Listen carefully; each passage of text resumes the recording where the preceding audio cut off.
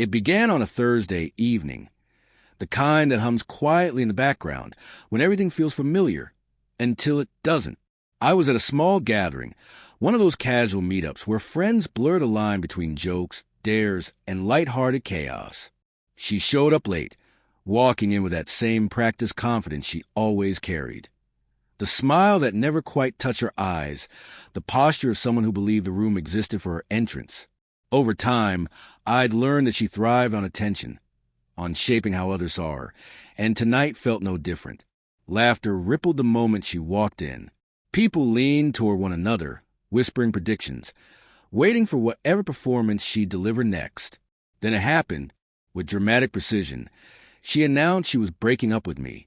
Her voice had that theatrical confidence that made people pause mid-conversation, curious, entertained. A few chuckles floated around, the kind that mixed disbelief with excitement, as if my relationship had suddenly become everyone's favorite show. I inhaled deeply, calm, grounded. Every pair of eyes turned to me, anticipating the explosion, the anger, the pleading, the chaos. But I gave them nothing. I just looked at her, steady, composed. No trembling, no words rushing to defend or deny, only silence. Intentional, unwavering silence that thickened the air until it swallowed the laughter whole. The room shifted. The energy she'd been feeding on began to crack. For the briefest second, I saw her mask falter, the practiced smile trembling at the edges.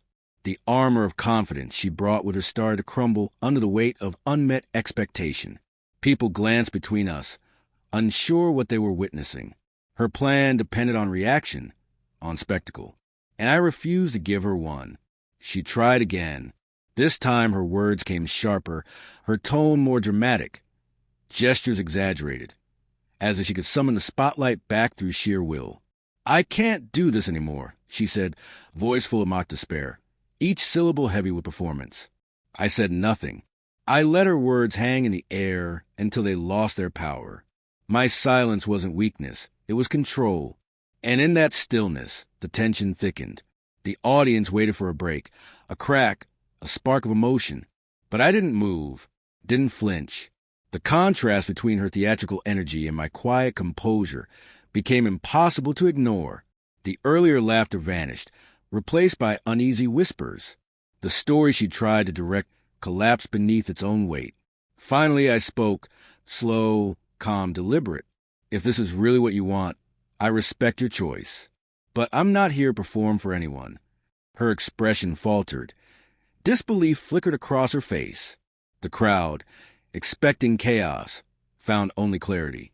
And in that instant, the power shifted from her to me. I didn't yell. I didn't beg.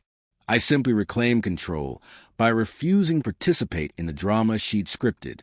The air in the room changed. Her laughter died before it could fully form.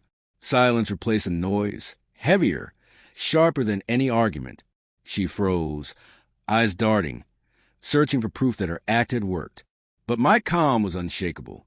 Whispers faded as realization settled over the crowd. Her plan had unraveled. She had expected chaos. Instead, she found composure.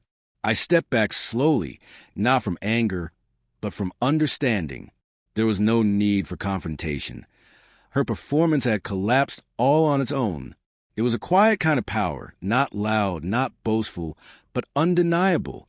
Every eye in the room turned to her, seeing her theatrics for what they were and my restraint for what it meant. Minutes dragged by as she stumbled over her words, her voice unsteady, trying to reclaim the story that had slipped away. But the moment was gone. The illusion was broken. When I finally spoke again, my voice was low but firm. "If that's what you need, then it's over. There's nothing left to act out." The words were simple, but final. No applause, no redemption, only truth. She looked around, realizing the attention she'd chased had vanished, leaving only the silence she created. And as I turned and walked away, calm, unshaken, the room stayed utterly still. The echo of laughter had been replaced by something far louder, the sound of dignity. Because some battles aren't won by shouting. They're won by standing still.